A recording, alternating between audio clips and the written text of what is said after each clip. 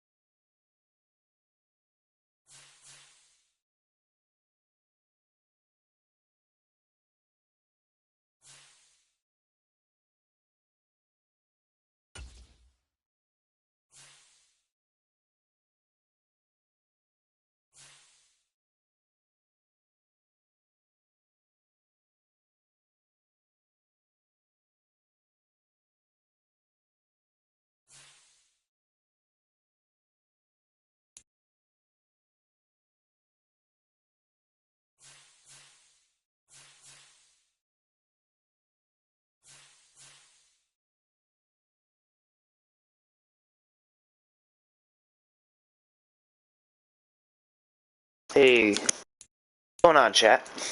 How y'all doing? Sorry, I had to finish some schoolwork, as I am going back to school now for the second semester.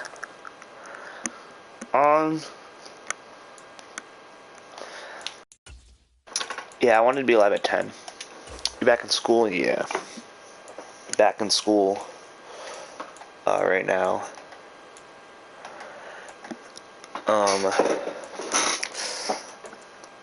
I don't know if I'll be live for 05. Dude, I might have to get the quad father. Lamar, 400. I'll wait. But yeah, I'm back to school. And my schedule now has changed. So I'll probably be live mainly at night instead of mornings. Depending on if I work or not on Fridays. So more than likely Tuesdays, Mondays, Tuesday. Maybe not Mondays. I'd say like Tuesdays, Wednesdays, Thursdays. I'll be live around 10:30. Going forward. And then Fridays, depending if I have work or not. If I don't have to work, I'll be live at like 2 to like 7 or something like that. And then if I have to work, I'll be live at 10 because fucking Luca, you bitch. Luca. You cunt.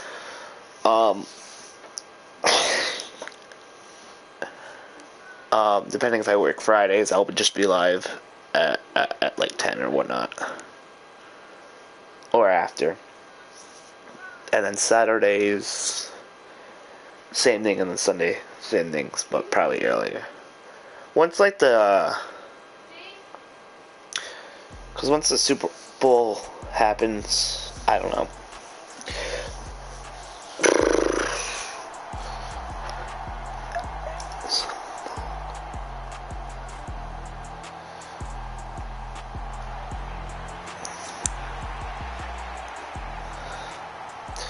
I'll probably be live Saturdays, maybe in the mornings too. And then yeah, how's school going? It's going good.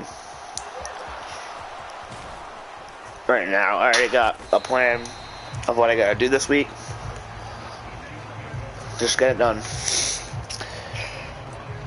Yeah, take it 1 week at a time. I'll be done around May.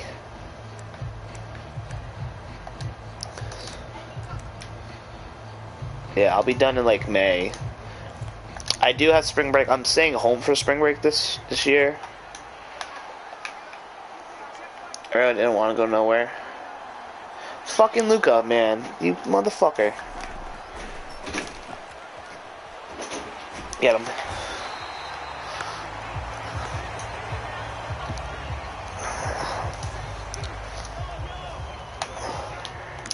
Yeah, I don't know if I'll be live all week on spring break with work.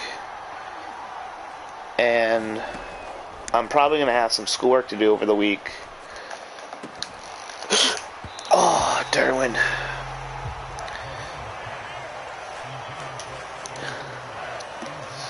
Yeah, I don't know what I'm doing for spring break yet. I'm probably going to be home the entire week, except for when I got to go to work. But I got to see what school stuff I got, which we're about like two months away. I need Luka to get the fuck out of this game. Oh, yeah, I missed it, you fucking dick, Minka. Alright.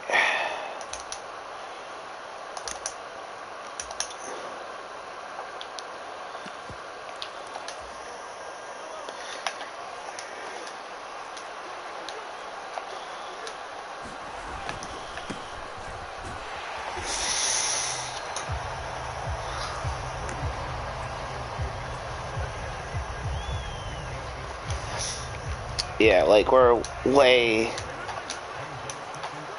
away from spring break, so I can't even tell you what's gonna be happening. How many games are gonna get done? I want to get 10 done, but I had some homework I gotta do, so I have to do 5, more than likely.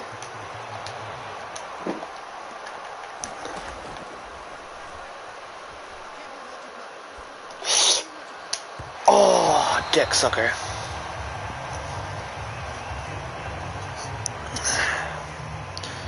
Damn it. Wow, this buddy's gonna really go for it here.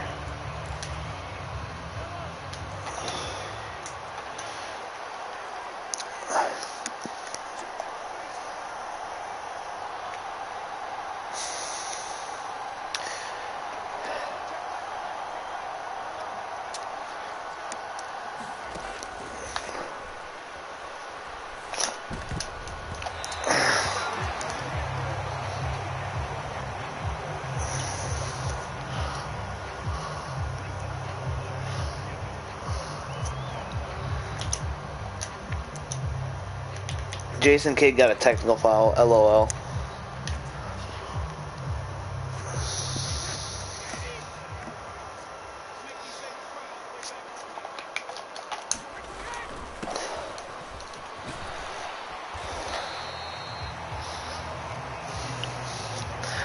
Yeah, like, we're way out. I won't be done till May. So, like, right now it seems very far, but it's like 15 weeks.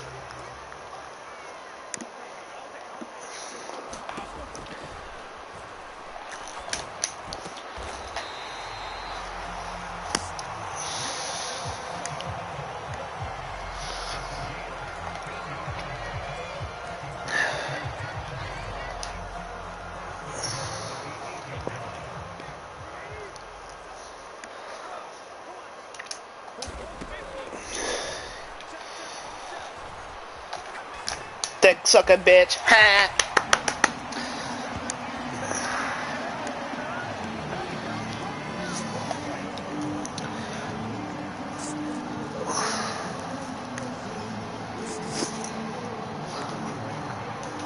What did you think of the divisional games this week?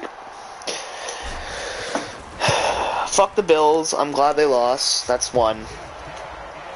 And the Chiefs, man. Really wanted Jacksonville to win that. Eagles, domination. And then the 49ers squeaked it out. It was close. It was a defensive game. At some point, I wanted the 49ers to win anyway. This guy's probably going to quit. But it was close, man. It was close.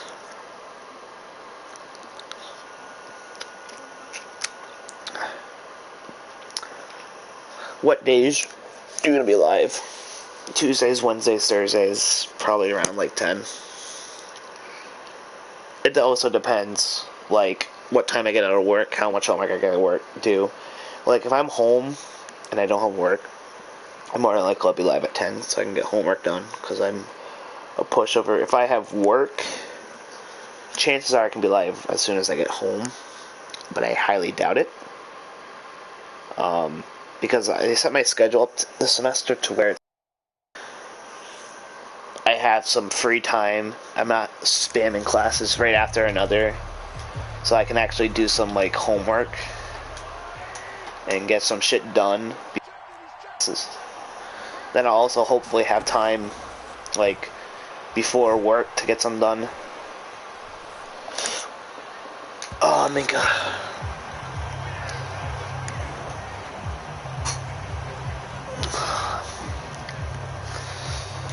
But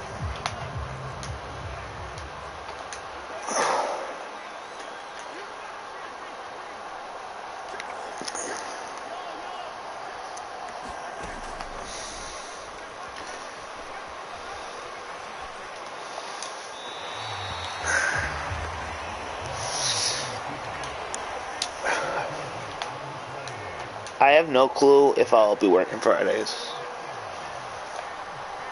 My goal, hopefully now, is make sure everything's done by like Friday. Cause I got the time, man.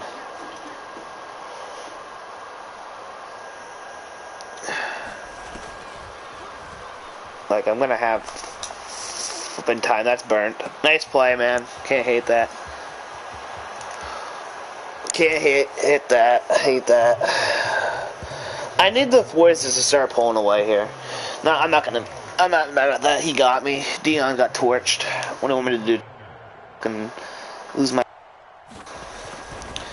Bradley Beal missed a shot. Damn it.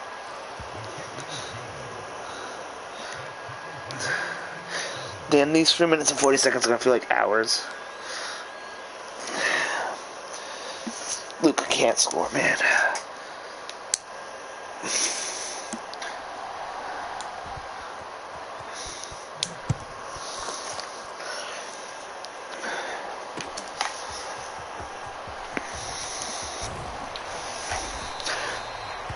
And he supports our league.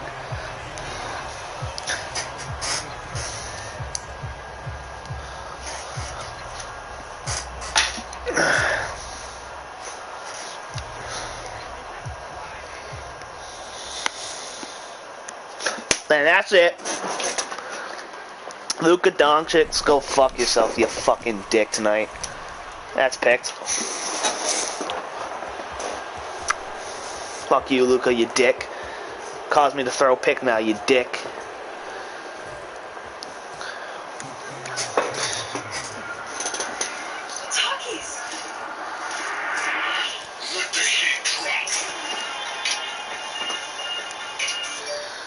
Keep the party going. Text Takis to 80160.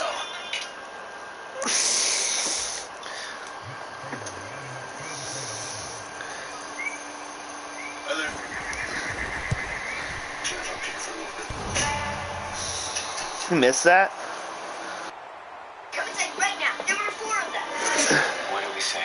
You shouldn't make quiet about it. Number 22 and 23, Chad Gable and Otis. Shoo! I mean, I love Alpha Academy, but much like the Street Profits, Otis and Gable in the Rumble, and if they are, they're there to make up the numbers. Although here's a suggestion. Remember that spot from the Women's Rumble a few years back where Otis saved Mandy Rose from being eliminated? Do that again for this time for Gable. That would be nice. Number 24, Matt Cardona. Okay, so this could happen, right? How about the Rumble sees the return of Matt Cardona? Not Zack Ryder, Matt Cardona. That's right, after a whole lot of rumors and innuendo regarding whether Chelsea Green and Cardona will emerge in WWE or not, how about both of them do on the same night, while some more casual WWE fans may carry a slight look of confusion upon seeing Cardona show up with the woo-ness he was known for. By ditching the past failures of the right character, Cardona could legitimately begin again in WWE, only this time as a real credible competitor. A solid Rumble showing and nice return pop would set him off on the right foot. That's what we envision happening. Maybe. Number 25 and 26, Drew McIntyre and Sheamus. Seriously questionable tag team name aside, the Banger Bros of Drew and Sheamus have been I'm pissed. properly aligning together upon the fullest return from injury, and while we are without question it's a friendly slapping between the two, expect both to have a strong showing at the Rumble, or maybe fighting for the tag titles earlier in the night. You could probably expect a Sheamus Gunn confrontation and subsequent elimination of the IC champ for a huge pop before Drew dumps his pad out. You know, it's every man for himself. Number 27, Wade Barrett. But how about When Sheamus are in the ring, they're greeted by a wee bit of bad news. I mean, there would be a Scotsman, an Irishman, and then Wade Barrett walks in. We've got an Englishman, an Irishman, and a Scotsman walk into the Rumble. What is this, some kind of joke? Number 28, Pat McAfee, and swooping in to fight Wade Barrett for Michael Cole's undying love and affection is none other than Pat McAfee, considering just how strong a show Pat had at last year's WrestleMania. Could be foolish, run it back once again. McAfee is a true natural in the ring. Being in a Rumble does make sense, don't get me wrong. I love Wade Barrett, but Pat's presence has definitely been missed, so let's get him exclusively to throw out Baron Corbin if nothing else. Number 29, Braun Strowman, looking to win his second Royal Rumble match because the greatest Royal Rumble counts. Apparently, Braun Strowman is at the very least guaranteed to get a handful of eliminations because he's big, and if Sheamus and Gunther don't end up butting heads, expect Braun to be the one to maybe throw the IC champion out for a modicum of revenge for his recent loss on SmackDown before getting ganged up on by the entire bloodline for a classic big guy 4-on-1 elimination. And number 30, the Great Muta. Alright, we're really shooting for the stars of this one, but it's not impossible. WWE have probably got some kind of beneficiary for allowing pro wrestling no attention. I pressed the wrong button. I want a triangle. I mean, probably. What better way to call in that favour than by having the man himself show up in the Rumble match and WWE for the very first time? Muta is a bona fide legend and someone that deserves to have at least one piece of that WWE spotlight on him. If this was Vince's WWE, no chance in hell. But how about before Vince holds the company hostage again for creative control? Triple H grants us one last gift, the gift of Muta. Just thinking about it gives me chills. Muta against Gunther, Muta against Rollins, Muta against Sheamus, Muta against Corbin. I mean, these are truly matchups that dreams are made of. And that's our list. Who do you really want to see in the Rumble next week? Let us know in the comments. Like and share this video around if you enjoyed it. Check out some more of our semi-green and semi-evergreen content we've been doing the last few Sundays. And make sure you subscribe to Wrestle for more. This is going. Shame. Last year, many of the executives level of WWE didn't think it was right to allow it. We had hundreds of people join the USCCA yesterday. So I'm here in our fulfillment center trying to help pack up some of the Carry Confidence kits. We want to get them out to these great people who made the commitment to... If you want to stop Drake, beat the Raptors. Please, please. I need my prayers. I'm ticked off. You don't care. It's not fair. And Beal just hit a 3. I'm ticked off.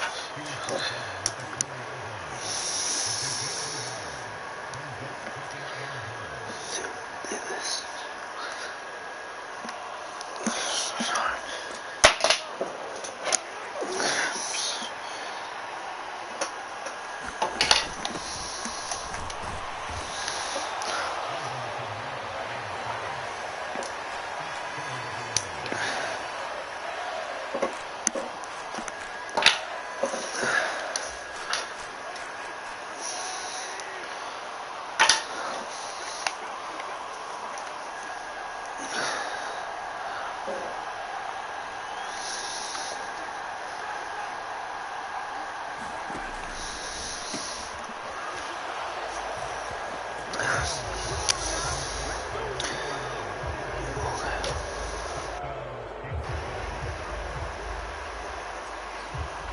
I'm pissed he's going for 2.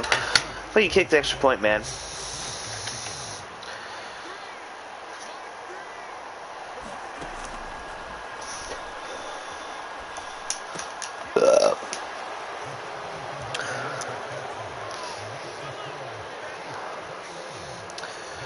Oh man, this may already be a no.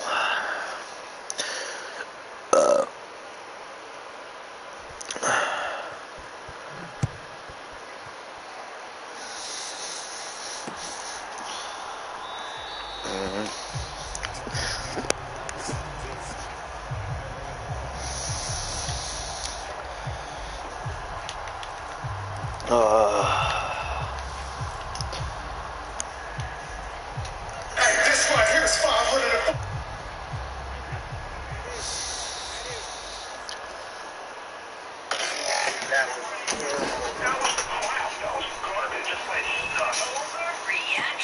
What a catch. Alright, here we go. Go for it, Christopher. What do you got? Guys, what's up? What's up, bro? You enjoy the football over the I weekend? enjoyed the football. Some of it. All of it, too. It was bad. We like love Bill Allen, but looking into my I think Josh Allen is on pace to be the Phillip Rivers of his generation. Yeah. Mahomes and Burrow. You mean like a Hall of Famer? Put up a lot of stats, but he's playing against two guys, and Making the AFC Championship Burrow and Mahomes, like Manning and Brady. There's just not enough room for him at the championship table. Really good player, great career. Doesn't have enough to get it over the top. I'll say that's an overreaction. I will say I believe in Josh Allen's talent to win it all, and that I believe his season, where I guess McDermott is the Marty Schottenheimer and have 14 wins and they're the best team out there. And I would love to see a LaDainian Tomlinson alongside him and see what happens.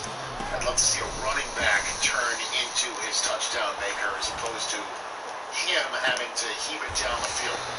As you know, I want to see more of a running game, and I'll say it is way too soon to say that he's not winning a Super Bowl and he'll go to Hall of Fame. He'll go to Hall of Fame finalists lists because of his statistical prowess, which is what I think you're saying about Phillip Rivers. Gamer, a terrific quarterback, one that makes Pro Bowls, one that can knock off one of the best teams in the business, shock him. Every now and then. And you think Phillip Rivers is going to Hall of Fame? I do think that he'll be in Hall of Fame. I do. What else, Chris? What else you got over there? I thought that was a good thing. Saturday's enough evidence Giants should move on from Daniel Jones. I don't think they're gonna.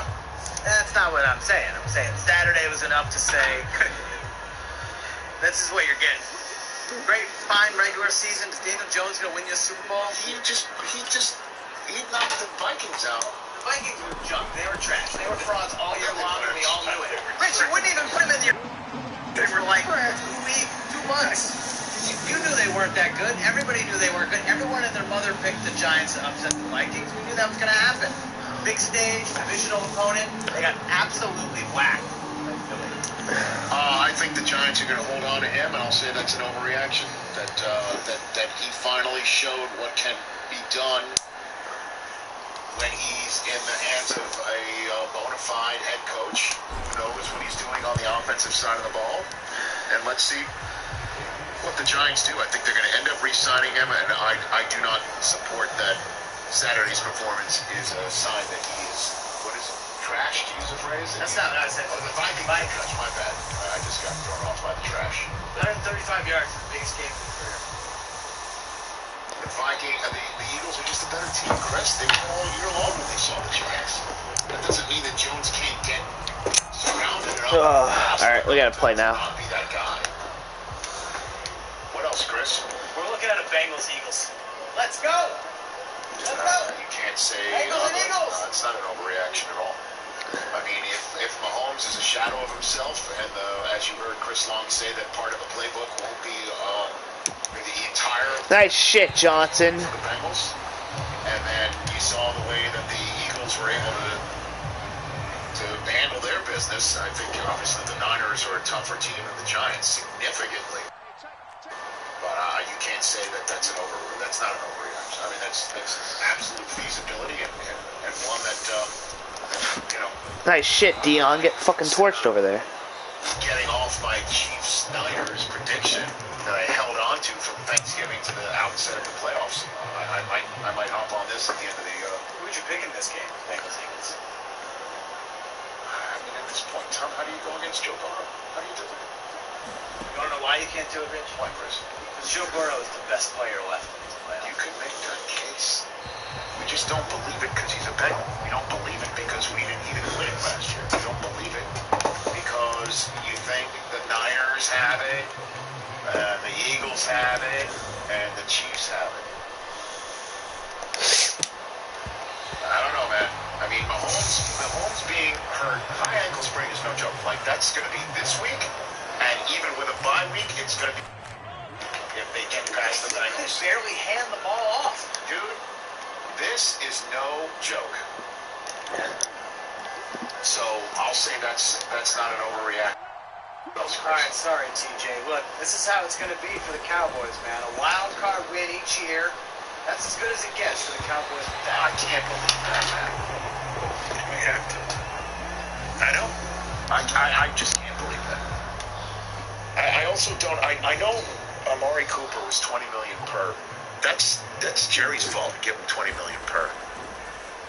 That's too much for you. I mean, you look at Tyreek Hill, and that's not nearly enough. They missed him. They missed him. If CeeDee Lamb's in the slot, and you put Amari Cooper where Gallup is, That's dangerous. it is. That's the way Schultz played. It is. Like, that's what you need. You need to have that extra oomph to get past. Again, I know we keep looking past the Bengals, but Higgins, Chase, and Boyd. Cowboys don't have that. Yeah, the monster. Ayuk and Debo and McCaffrey and Kittle. Cowboys don't have that. A.J. Brown, Devontae Smith, all Goddard and all those running backs. Cowboys don't have that. Take a look what the Chiefs have. Cowboys don't have that. Get that for Dak and then let's talk.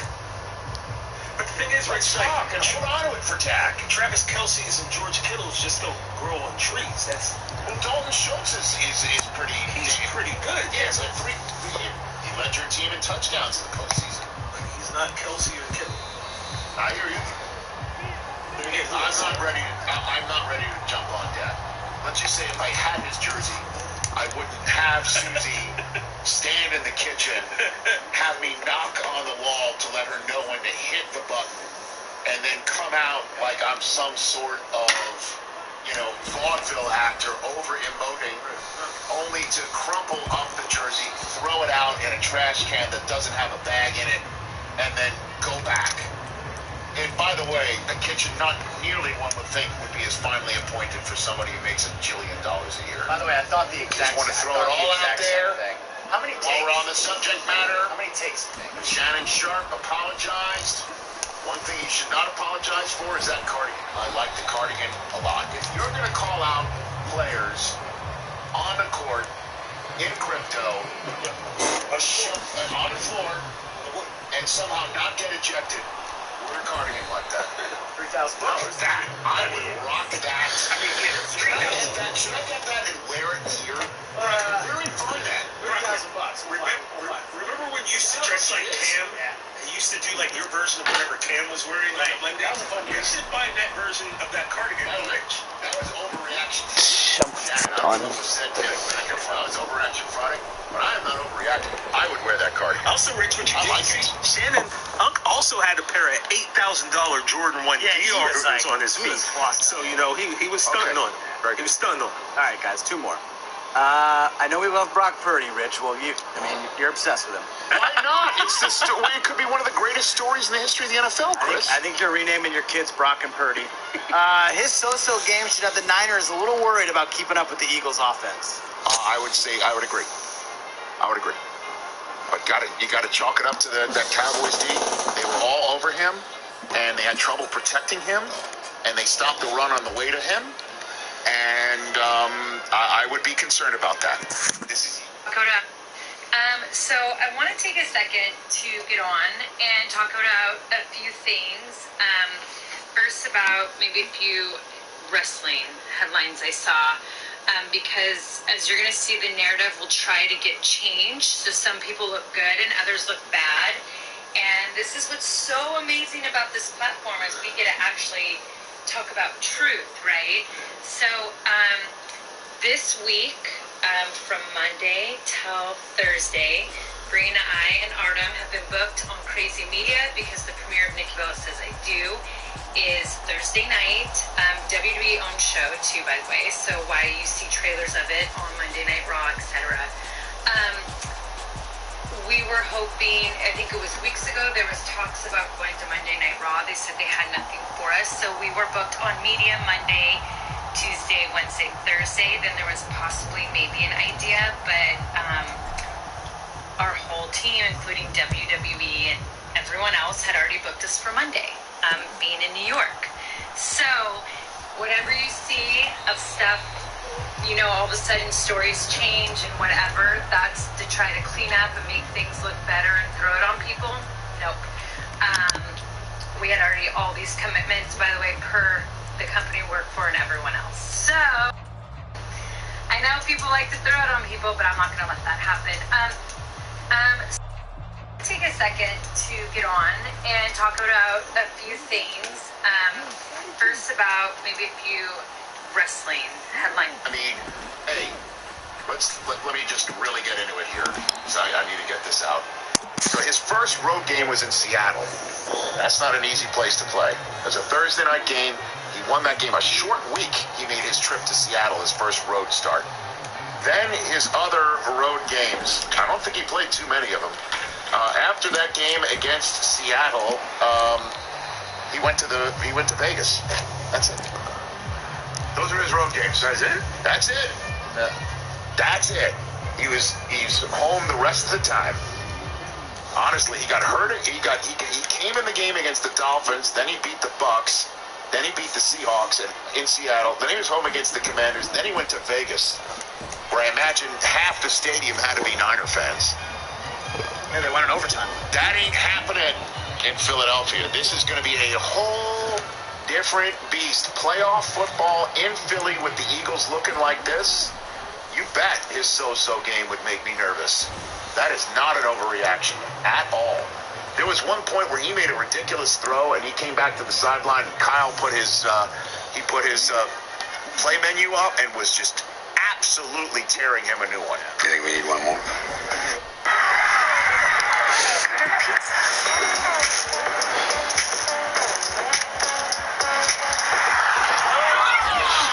What? He's on my fantasy football team. Jesus, two crunchy shells. All right, we'll get one. All right, George.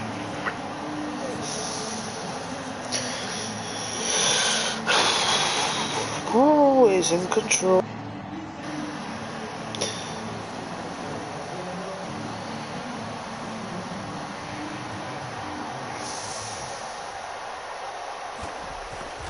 Shit, where the fuck did my...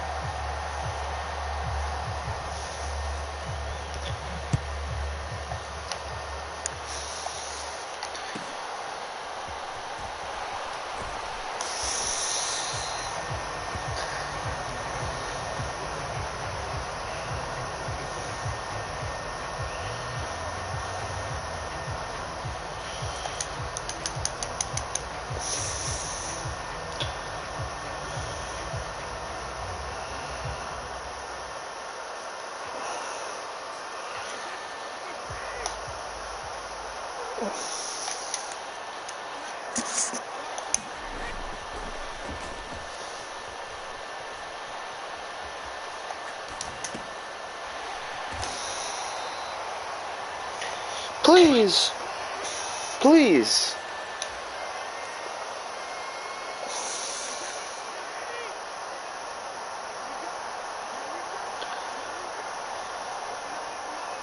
You fucking 2 years are so delusional, it's hilarious. Hey, damn it! Let me say this to you. If Skyler was on that field versus the Chargers, and he would have played the exact same game Tua played, all y'all would... No, I would say it more clearly have we been that way. Run it back! Run it back! Run it back! Run it back! Run it back! I've had it up to here with... Let's get something straight. I'm a Dolphins fan. I will always be a Miami. But do you really think that we're going on an upward trajectory? It is what it is at this point because everything that can Tua is starting to go wrong with Tua. Every concern we've had about Tua is starting to rear its ugly little head. And the reason you're asking, am I a Joe Burrow cheerleader? Because if you can throw to Tua Tagovailoa, there ain't nothing to cheer about in regards to Tua. They said Tua would have won the game? Veneer. Veneer.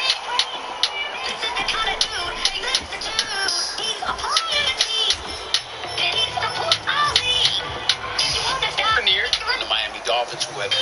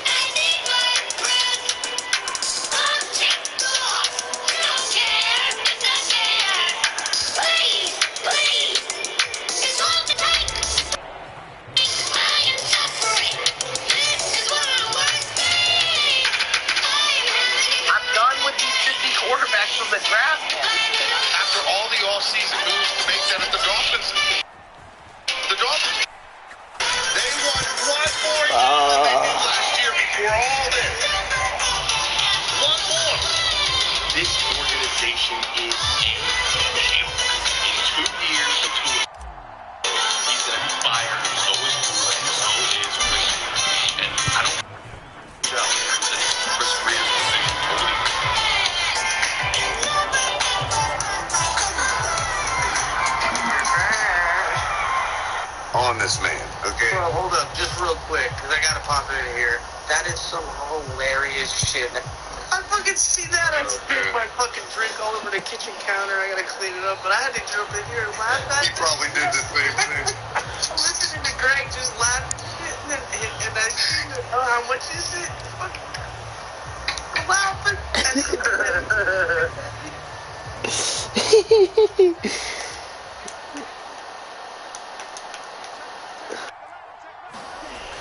What time we gotta go to school tomorrow? I gotta go to bed. I gotta go to bed soon. What time we gotta go to bed? I gotta go to bed. Holy shit! This is our second game. I'm gonna have to try to go to bed. I try to go to bed at 12:30. I try to get up at like 7:05. Mainly to beat the traffic, cause gotta beat the traffic, you know. Have a little breakfast, you know.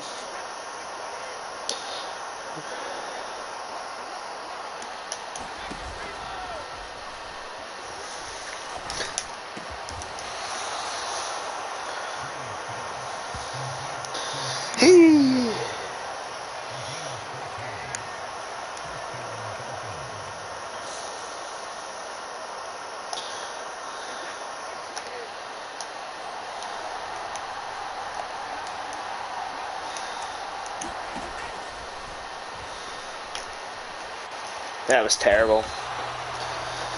Not the play I wanted.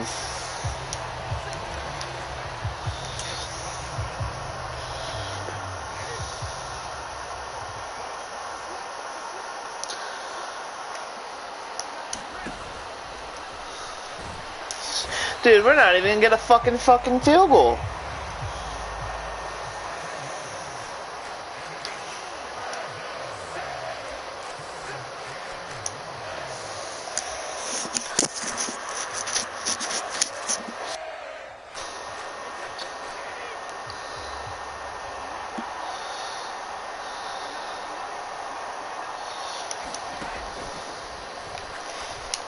Picked.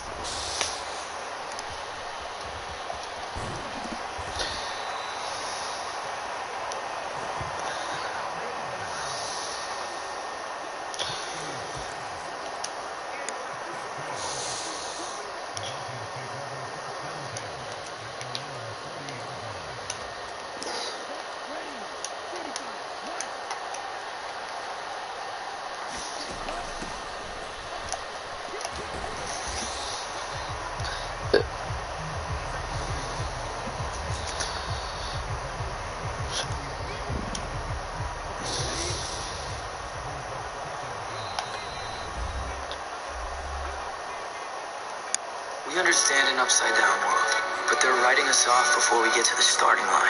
A stalled generation. Who do you think is gonna... So the question is, and I want your guys' opinions down below, will Coach Prime put his pride aside and go after the better quarterback, or is he going to roll with his son? Let the games begin. Past 3, 4, 5, 6 weeks, I mean this when I say it, I think this is easily the most interesting one. This is huge, and I mean huge, because if Colorado can get the new 5-star quarterback, that will change everything.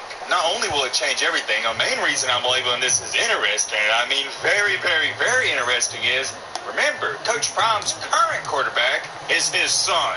So the question is, and I want your guys' opinions down below, will Coach Prime put his pride aside and go after the better quarterback, or is he going to roll with his son? It's a hard decision, it really is, because Deion Sanders is going to have to separate that bond he has with his son, and he's going to have to look at it from a coaching perspective.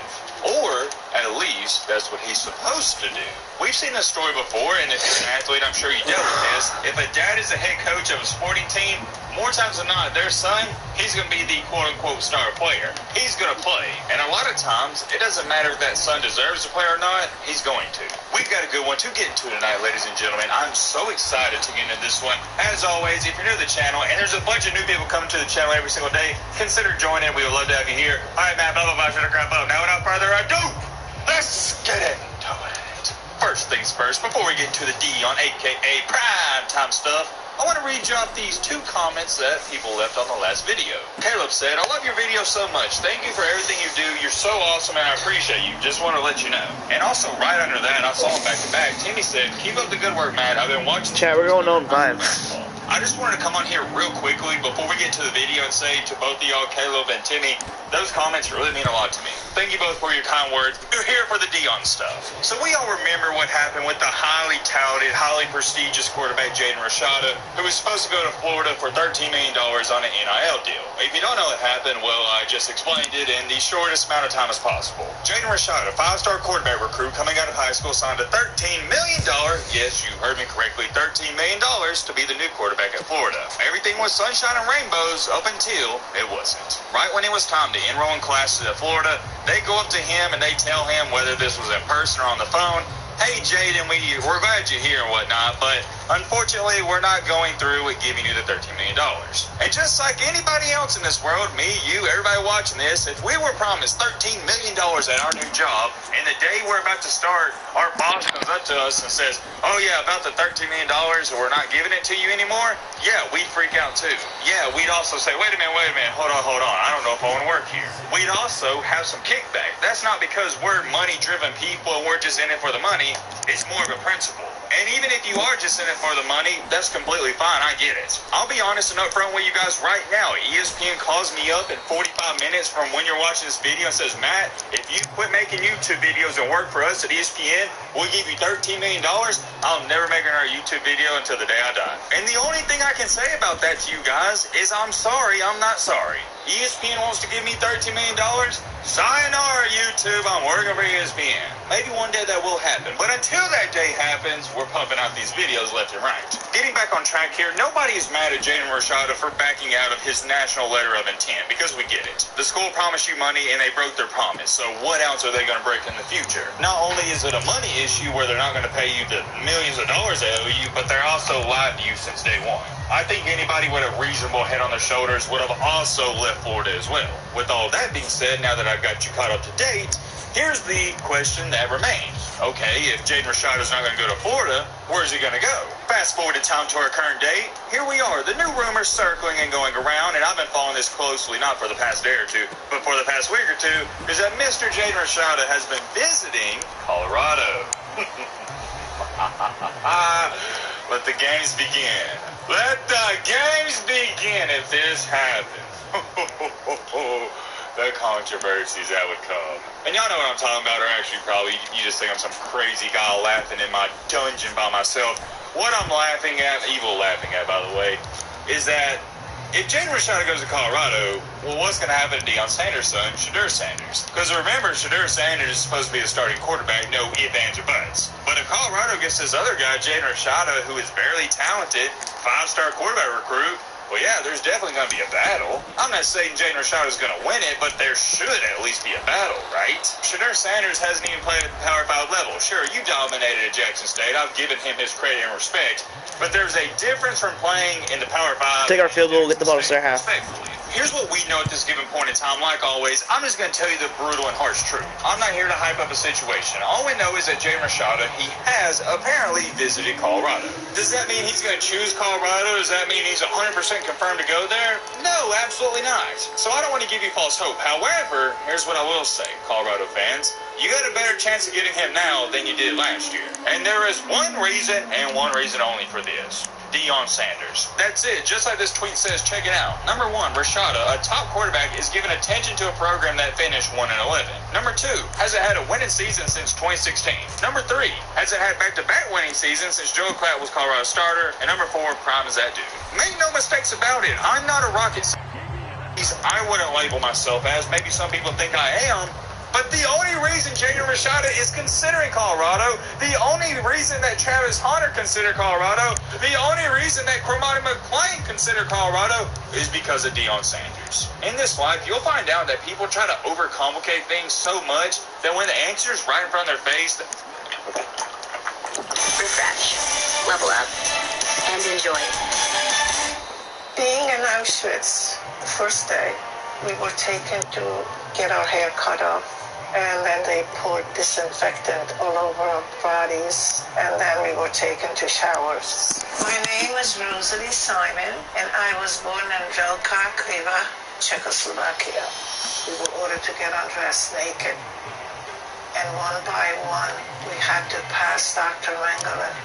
He motioned to somebody, to take me away.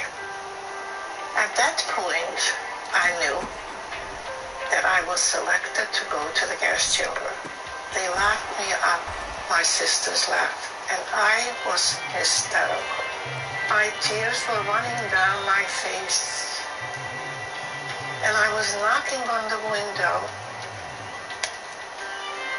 begging, somebody let me out of here.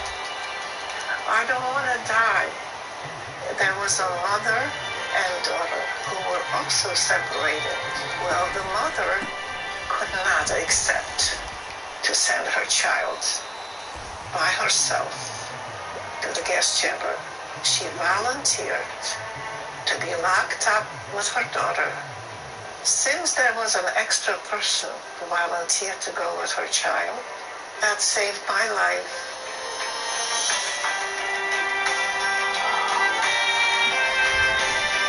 After the war was nearing to an end, we were evacuated, and after a few days, the whole train stopped, and they opened the doors. We saw the American army running towards us.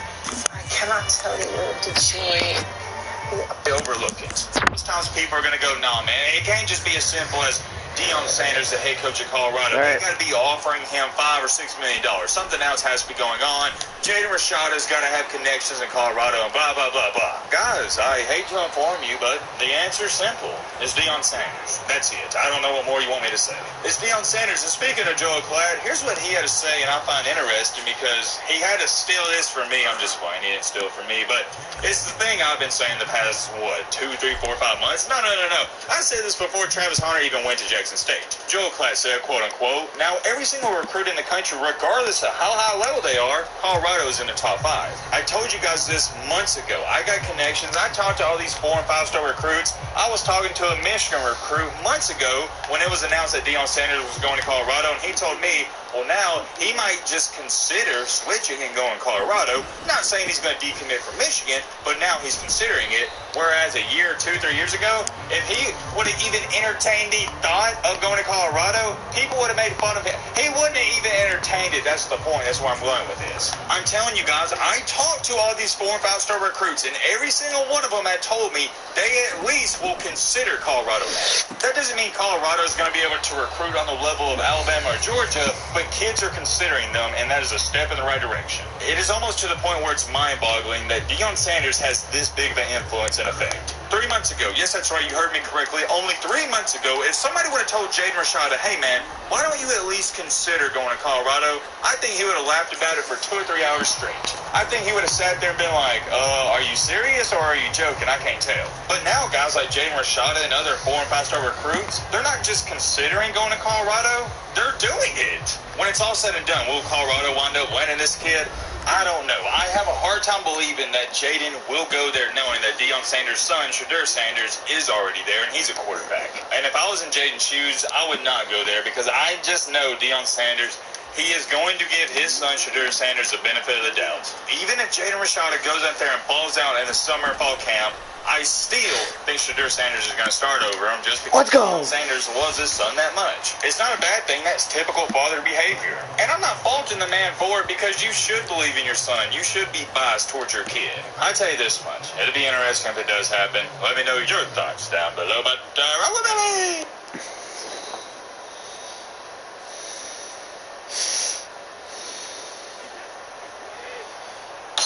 Core Power helps you recover and build lean muscle, fueled by 26 grams of high-quality protein. Here's what I'm going to say about this. These Bethune-Cookman players standing up, fighting back at the university for firing their head coach, Ned Reed, it should tell you everything you need to know.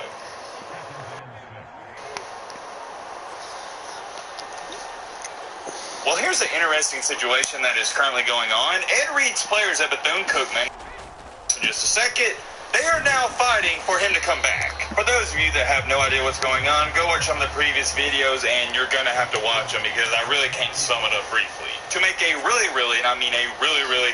long story short, Ed Reed, he got hired or quote-unquote hired by Bethune-Cookman. He was there for 25 days. Apparently there was trash in his office, trash from the university. He didn't like it. He goes on Instagram Live. That's a game. Choice words to say the least, and yeah, they fire him. But here's the catch with all of this. Bethune-Cookman is, and they really was, labeling this as a quote-unquote mutual departure. However, Ed Reed, and we made a video on this yesterday, he exposed the truth and he said, no, this isn't mutual. They're kicking me out. They're making me leave. So yeah, it's an interesting situation, and I didn't expect to talk about this again, but here we are. We have some new information. We're going to talk all about it in this video. It is the only topic we're going to talk about and focus on. You already know the drill. If you like college football content, consider joining the best, not one of, the best college football community on YouTube. All right, Matt Bell, shut up, crap up. Now, without further ado, let's get it. I said we start out with this. So let me read you off some of these comments that you guys were leaving on the last video, and it's some great points. Angel said, fired because he exposed them. This is why we cannot get anywhere as people. We complain about our own not investing in the community, yet when they do, they are disrespected. The fact that BCU had this man cleaning the campus because nobody else would do it shows sheer incompetence and dysfunction. I couldn't have said it any better myself. Thank you for that comment, by the way, and there is many great comments you guys left on that last video. Unfortunately, I can't read them all, but I also really like this one. Vanessa said, he won that campus and rooms clean for the recruits that came today. That says a lot about the higher-ups, and they didn't even try to help the man prepare for that. BCC, and I think she meant to say BCU, just missed their blessing. Trust me when I say this, I would love to read off all of these comments to you guys, but I think you get the point. In the comment section of that video, like I said, you can go check it out if you want to. I think we're all in the same boat. Most of us, 99% of us, we're on Ed Reed's side. Most of us also understand if you want to bring in somebody that's going to change things, he's got to act the way that Ed Reed has acted. You can't just hire a head coach that sits back and lets all this BS go on and on and on. You're going to have to hire a guy who's out there maybe a little bit edgy, just like Ed Reed. Sure, maybe he's going to cuss, but what college football head coach doesn't cuss? Seriously, what are we talking about? There was leaked audio of Kirby Smart dropping the F-bomb 25 times before they played TCU.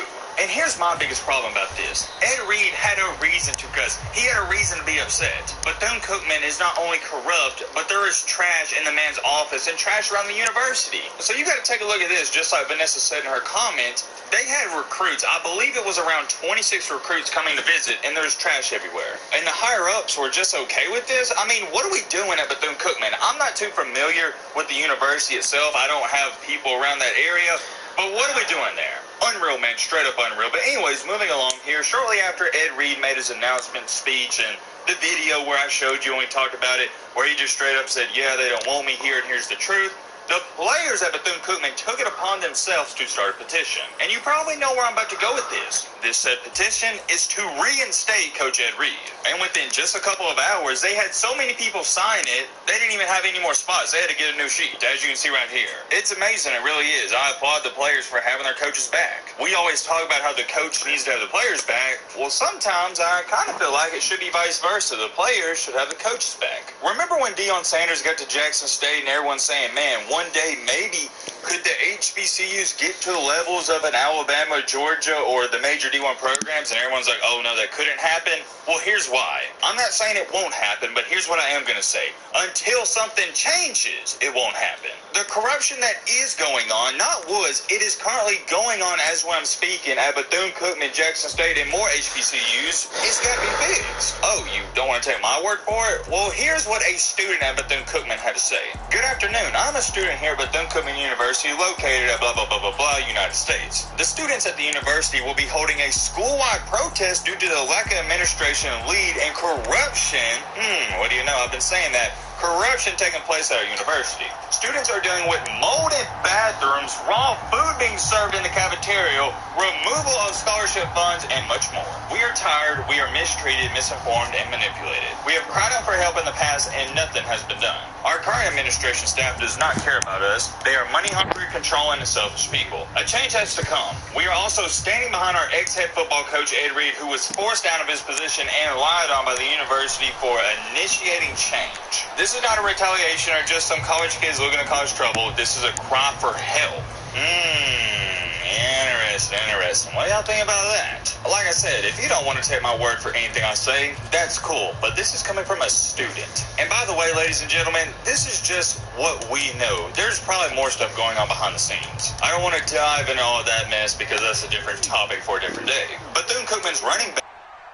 also came out and said this: Coach Ed Reed loved my film and gave me a chance. We had big things coming. But before all that, we talked about being a man every day of his 3 weeks here at 7:30. He could care less about football and wanted to mold us into accountable and responsible men. In those couple of weeks, he's done more for us in this school than people who's been here for years. The criticism he gave may not have been the right way to speak about it, but nothing he said was wrong, and the whole school is standing with him. He wanted better for the school and each individual. Forget the football, forget the money, he didn't care. It was about us. Prideful people in the higher-ups didn't like what was said, and even though Coach put his pride aside to apologize for the way he said things, they couldn't put their pride aside and accept it. This is bigger than all that, and we need Coach Reed. Hail Wildcats. And recently, even though Coach Ed Reed got fired, check this out, he was still on FaceTime making sure the players were cleaning up around campus. I'm going to say that once again. Ed Reed was still making sure the players were doing their community service, even though the university fired him. If that doesn't go to show you and prove to you that Ed Reed was about the kids, I don't know what will. Sure, is Ed Reed maybe a little bit unethical? Is he a little outlandish sometimes in his statements? Does he say crazy stuff? Yes. Would I like him to calm down a little bit and be a little bit more professional like Coach Prime? Yes. With that being said, even with all those negatives, I still think with Ed Reed being the head coach, you're going to get more positives. And the main reason for that is because he's not in it for the money. He has these kids' best interests in his heart. He's a man of change, and he wants better. And when you want to change stuff, you got to act a certain way. You can't just sit back and let the people in the higher-ups walk all over you. You got to stand up for yourself, and that's what he's done. I respect him a ton for that, and I will continue to respect him for that. Here's what I'm going to say about this. These Bethune-Cookman players standing up, fighting back at the university for firing their head coach, Ed Reed, it should tell you everything you need to know. Will all this fighting back actually amount to something? Will it get Ed Reed his job back? I don't know. I guess we'll have to wait and see. And to be honest, I don't even know why Ed Reed would want to go back there. As bad as the university treated him, I don't know why he would. The only reason, and this is the only reason, is because of the kids. I think he loves the kids so much, he would put himself back in that terrible situation. And make no mistakes about it, it is a terrible situation. But at the end of the day, Ed Reed, he doesn't care about the situation. He knew it was a bad one going into it. He wants to improve it. He wants to change it. And if you want Ed Reed to change it, you got to give him some runway. I don't really have too much more to say. My opinion on the situation hasn't changed since day one. I don't like it, and I don't really agree with it. The only bad thing I've said about Ed Reed, and I will say it was a bad look, was he was unprofessional when he was cussing on that Instagram Live. But if you're the higher-ups, all you got to do is say, hey, man, if you do this again, you're not going to be the head coach, but we'll just give you a warning. But they didn't do that. They just said, all right, you're gone. It is what it is. Let me know your thoughts down below. But this might be the last game, yeah. It's like 11:35. If we can get... I'd say the next game starts at like 12.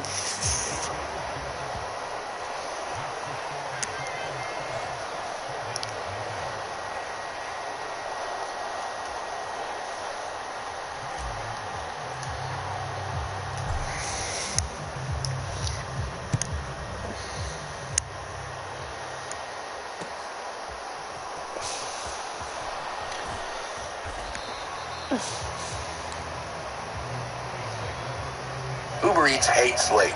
In fact, 95% of orders are on time. But occasionally, something unpredictable. What's going on, guys? Bengal again here. Another mock draft for you. No trades in this one. I did trades in the last one. And if you're new on the channel, we will be doing things over the course of the year to mix it up a little bit. And that will especially feature trades. They will happen in the real draft. But this particular mock draft will not feature trades. It's just teams sticking and picking. And this will be especially important because the Bears should not be expected to stay at that #1 overall pick. However, if they were to stick and pick, because you can't just trade down. It's so easy to say trade down, but there has to be a team looking to trade up in order to make that happen. I think at this point we kind of expect that the Texans could look to trade up, and that's not because, oh, the Texans just had the #2 pick. They would be looking to jump other teams who are jumping up. So the Texans trading up to #1 if they have a clear-cut #1 overall guy might be looking to get ahead of the Indianapolis Colts, who might move up, like maybe the Raiders, who would potentially move up, you know, maybe the Seahawks. We don't really know. Panthers, we don't know. But at #1 overall, we're going to stick and pick. We're going to go Will Anderson, edge rusher out of Alabama. Maybe the best player in the draft. He's a tremendous talent, great athlete, and the Bears need an improved pass rush. If we're sticking and picking, it could easily be Jalen Carter. We're going Will Anderson Jr. #1 overall for this one. And then for the Texans at 2, I'm going to go Bryce Young. I do think Bryce Young is looking like QB1 in the class right now. Really, really good player, especially great at extending and making plays out of the construct of the play. I'm not super worried about his height or weight. I just think he's a playmaker. And with all the rules in place to protect the quarterback nowadays, I feel like it's less important as it ever has been to be a really built, big stature type QB. The only real problem that you would run into with smaller quarterbacks is what we've seen with Kyler and Russell Wilson is that they the middle of the field cornball impact the offense in terms of what they're able to do and what they're able to accomplish. Because if you can't throw over the middle, you can become one-dimensional. When teams figured that out against Kyler, which shocking it took so long, they kind of shut that offense down a little bit more. So that's something you worry about with. And then speaking of that Cardinals team, here they are at number 3. And we're going to go Jalen Carter here, just simply maybe the best player available. This could also be an edge rusher. It could be a trade down spot, which we're not talking about enough.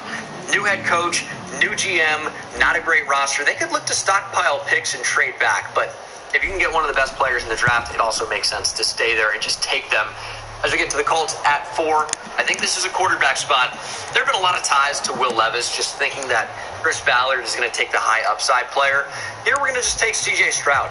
He looked really, really good against the best defense in college football in the Georgia Bulldogs in the semifinal game of the college football playoff. C.J. Stroud really did not show that ability to improvise and use his legs routinely for much of his Ohio State career, and then biggest platform he's had up to this point. Showed it on a national level. It was incredible. He had a great, great game. I think it's going to make a lot of teams think twice about what player they might be getting because he flashed what he could become, which is someone who can potentially make plays out of the construct of the play, be an improviser. So C.J. Stroud to me kind of boosted his stock just in one game, which rarely, if ever, happens. But he did it against Georgia. I mean, it was the biggest test he'll ever have at the college level, and he aced it. They didn't end up winning. Not really on C.J. Stroud, was it, if you watched the game. Seattle Seahawks at number 5. I'm going to go Tyree Wilson here. Super, super high upside defensive end out of Texas Tech. Would probably be a 3-4 outside linebacker for the Seattle Seahawks team, but does have the potential to move inside just because he's big, but he's also a really good athlete. Really long arm, super important for a defensive lineman. Tyree Wilson, as we typed up the entire year, is probably going to be a player that goes higher than a lot of people expect. And I guess he's already moved up to this point, so I guess we're kind of beyond that at this point, but I do think he will end up going high in the draft. And then the Lions at number 6. I've gone a bunch of different directions here, but I'm going to stick with the edge theme, and that's taking Myles Murphy. Yes, I recognize James Houston has played tremendously as, you know, a late-round guy. Didn't really have super high expectations. He is a rotational player at the moment. You need a base guy that can still make an impact, and especially this might be our last game, like Myles Murphy can do. Having him with Aiden Hutchinson as your base ends, and then James Houston as a designated pass rusher, that's a pretty good defense, and that's where the Lions need to improve the most right now. Their defense is really bad. You need more talent. Myles Murphy, still developing as a pass rusher, certainly adds talent to that defense. Raiders at 7. This is a quarterback spot for me. Derek Carr not coming back to the Raiders. I'm going to take Will Levis. He is, again, a high upside guy. I've talked about this before. I've taken heat on this, but Will Levis is a good athlete with a really good arm. Good mechanics. Surface Sweeper Dry Cloths, grab Dustin Hair and lock it away. Better than a broom. Love it or your money back.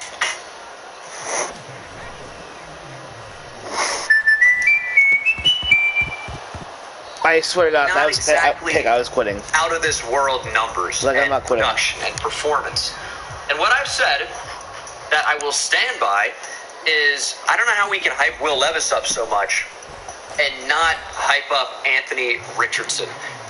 There was this guy, and I know I got to stop reading the comments because some people are just crazy, and they're like, Will Levis has a stronger arm than Anthony Richardson easily.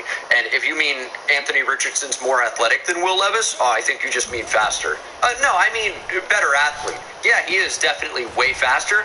Anthony Richardson's doing backflips on the field during games, after game. I mean, he is a freak athlete with a cannon of an arm. Is it Joe Milton level arm? Yeah, probably not. but nobody is that level. Joe Milton is a freak. So Anthony Richardson is one of the strongest arms. He is the biggest, fastest, strongest arm, youngest player at quarterback in this draft class. Still learning the position and has showed flashes of being able to be a plus quarterback. Not just a great athlete, but a plus quarterback. Not to hate on Will Levis. I know everyone else does a good enough job of that already. But we got to start hyping up Anthony Richardson if we're going to hype up Will Levis. There are things to dislike. He's only started one season. This is Anthony Richardson. He's only started one season as a college football quarterback, but has developed a lot in that year. If you're going to get caught up in completion percentage without taking in the context of what completion percentage means, you're going to be lost. And that's how, you lose out on potential super high upside player. Not every high upside player works out. You've seen it happen a million times. But when they do, it's tremendously huge for the team that takes the shot and develops that player. I'm not saying Anthony Richardson is Josh Allen. It'd be impossible to say that someone could take that developmental step the way Josh Allen has for certainty, obviously. But if you look at Allen at Wyoming, he was really bad. First year in the NFL, not good. Second year in the NFL, marginally better, but still not great. And then third year MVP caliber player. Where were you guys saying, don't take Josh Allen? There makes no sense to do that. That was me. I see how this works out. I see what happens. Long shot, but teams are going to take that chance. And you know what? It could be worth it to take that chance if you can get a Superman type quarterback in the way that we've seen Josh Allen. Yeah, it's a long shot. Don't get me wrong. It is a long shot that could work out. When you look at a quarterback who's the biggest, fastest, strongest, youngest, there's something there. There's something there. There it is. And he's a better quarterback. He's not just an athlete in general. So whatever. That's a little bit of a rant. I'm going to be doing it all year. It doesn't mean Anthony Richardson's a surefire top 5, top 10 pick. Future Pro Bowler, All-Pro, Hall of Famer. Obviously, all complete long shots. It's like a 30% hit rates on in general. But if I'm going to take a chance, I'm going to take the guy that I think can be exceptional versus the guy that I think can just be good. And maybe good guaranteed. I'll take the chance to hit a home run rather than settling for a single. Whatever. Atlanta Falcons at 8. I'm going Brian Brzee. I think they need to improve their defensive interior. Brzee, to me, fits that. Injury history. I know in Daniel Jeremiah's over, he had him at the bottom of the first round. I definitely could see where that would happen. I just think based on the rest of the class and his position, very valuable to get a pass rusher on the interior. He's a good pass rusher despite the sack numbers. I like Brian Brzee. I just think he's a really good fit for the Atlanta Falcons. Carolina Panthers at number 9. I'm going Anthony Richardson. I just talked him up a ton. There's a world where he is a complete draft bust. There's a world where he's not a first-round pick. I think his traits make it so that his value at the top level is certainly worth being a top 10 pick in the draft. And then number 10, going with a corner for the Eagles, Christian Gonzalez. He's my CB1 in the class right now.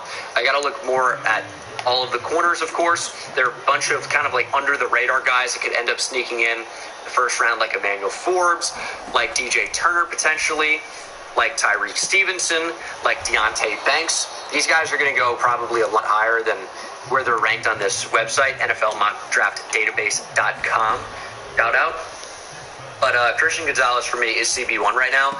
And the Eagles might not be able to bring back James Bradbury. Gonzalez is a younger, good replacement option.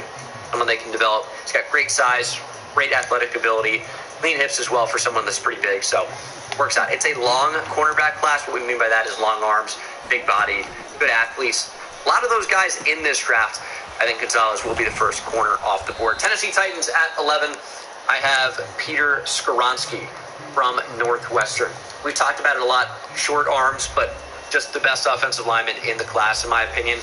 He's a tremendous player, very good technically, experienced. He was an Outland finalist despite not even being an interior offensive lineman. Very bizarre based on the way they define that award. The Outland Trophy, look into it. It's for interior linemen on both sides of the ball.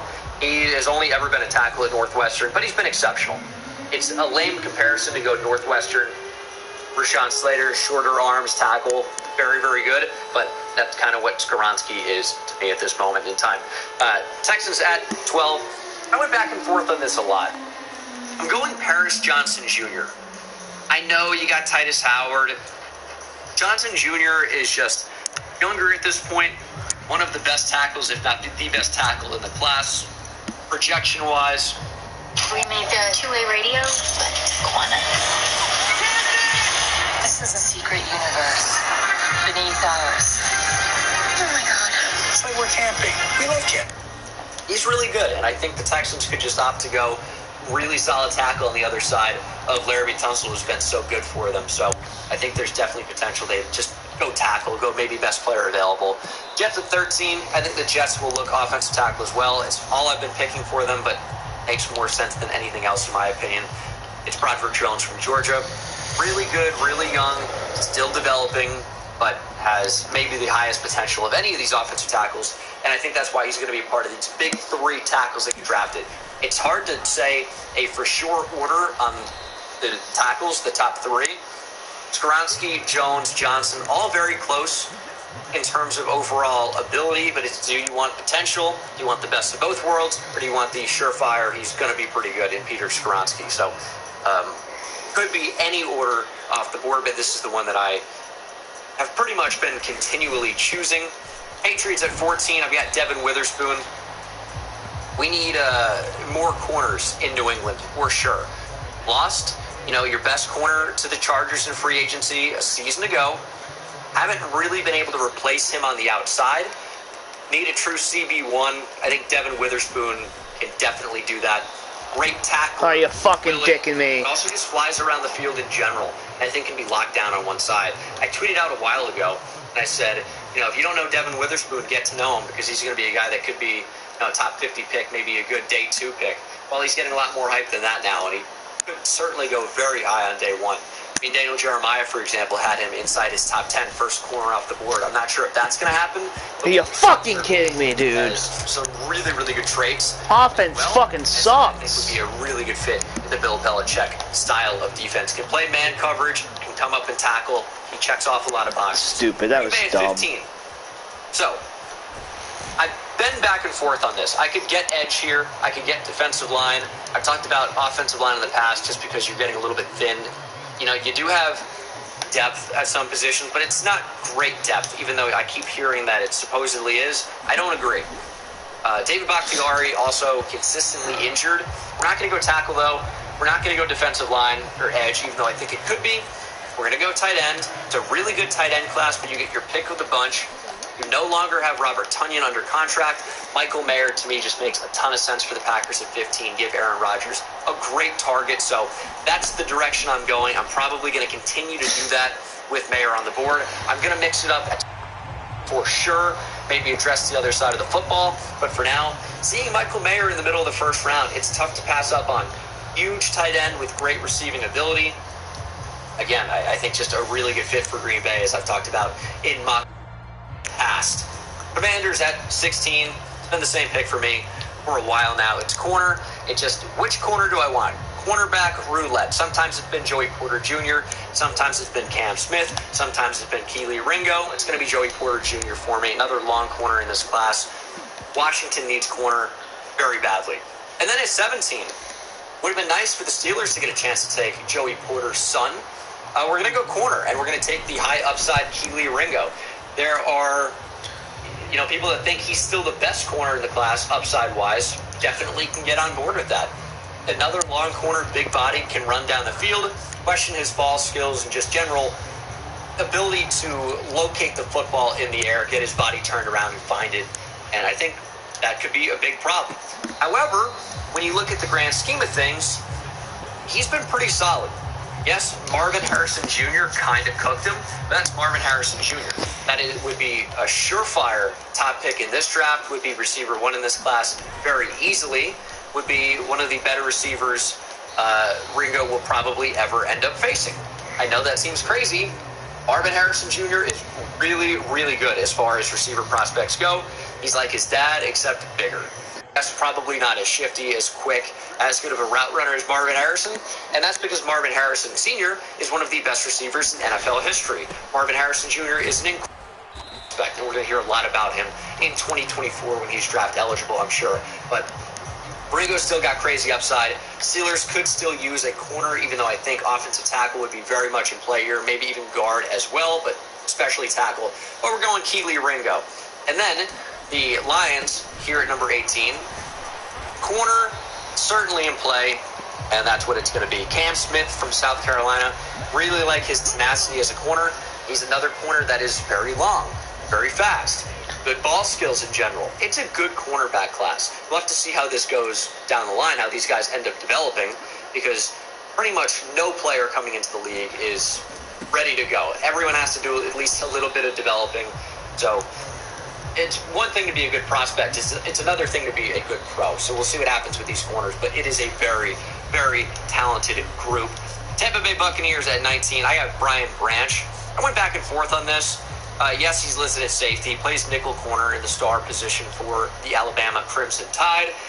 Really like Brian Branch. One of my favorite players in the entire draft. He's another player that is, I think, scheme versatile. You can play him over the top, in my opinion. You can also play him in the nickel. He's so good in that role. So good coming downhill as well. He's stick coverage. I don't think he's necessarily a boundary corner for the Tampa Bay Bucs, but I think he can start in the slot right away. And potentially start if you wanted him to do that. Really versatile player and a good upgrade to the Bay defense in general. Their offense needs some upgrades as well, but it's tough not to take BPA in that spot, in my opinion. Seahawks at 20. I've got Trenton Simpson. Really versatile linebacker. Utility. A lot of NFL teams do as well. Seahawks need to continue to upgrade on defense. Why not get one of these chess piece style players that can move around the field? I think he's more of a linebacker than he is a DB, but he can play that overhang role, can cover fairly well, and is especially good coming downhill. Trenton Simpson, really, really great athlete, worthy of a first-round pick. Out of the first round to do, to the undervalued linebacker position at this point. 1 is where the first receiver domino goes off the board. It is USC's Jordan Addison. Really good speed, fantastic separator, right down the field. Not the strongest at the catch point. Maybe struggles with some drops every now and again. That's why these receivers are falling down the board a little bit. However, Addison speed threat for the Chargers. Very curious to why you call it a timeout there. Aging a bit. Love Mike Williams, but Mike Williams is a very different style of receiver to Jordan Addison, where he is your big, get down the field, jump ball guy, catch the ball in traffic. Jordan Addison. A new Planet Fitness location is now open. Join now for just $1 down, $10 a month, no commitment. Get tons of equipment in our clean and spacious clubs. Hurry, this deal ends soon. All new Planet Fitness now open in North Kingstown. Don't miss our grand opening offer now through January 18th.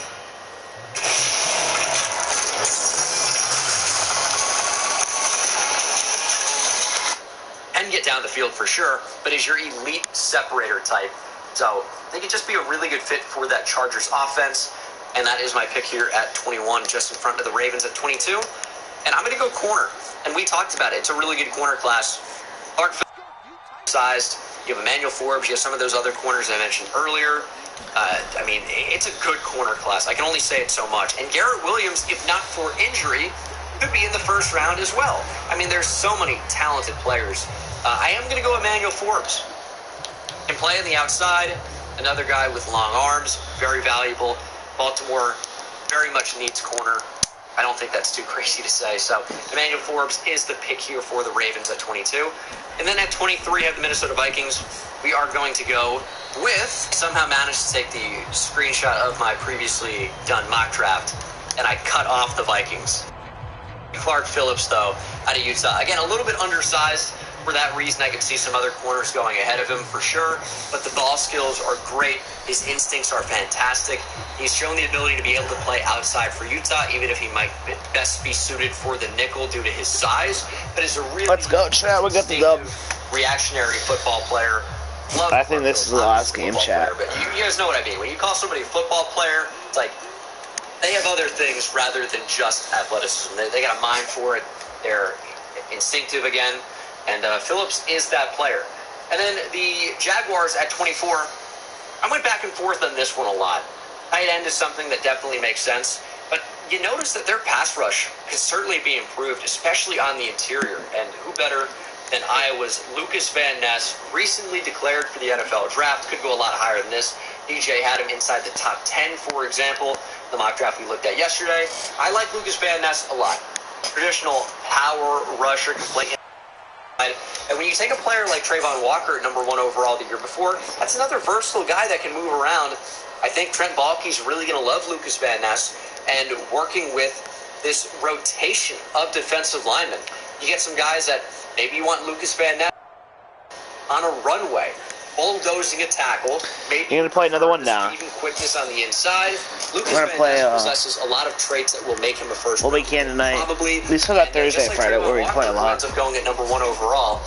You know, you got to develop some of these guys a little bit, but the ability to move them around and create different mismatches to your liking, I think, is incredible. And again, their defensive line needs to improve. I wouldn't be surprised if they just said, hey, you know what, Lucas Van Ness, we're going to beef you up just a little bit. You play 5-10 now. So that could definitely happen. And then Giants at 25, I'm going to go Quentin Johnston. There's a lot of talk right now about Johnson not being a first-round receiver in general. I know we've had him, you know, in the teens and maybe even early 20s of a lot of the mock drafts we've done. I know a lot of you had him in the top 10. Didn't think quite that highly of him. But here's where I am with Quentin Johnson. All right, chat. I'm going to get out of here. I'll see you guys tomorrow, probably route running, around when I get home from work. But I think he's decent for his size. Yeah, He's a bigger it's been fun. What we want Quentin Johnson to do is use his speed I'll to see you win guys down in the the field next one. and Peace. develop as a route runner.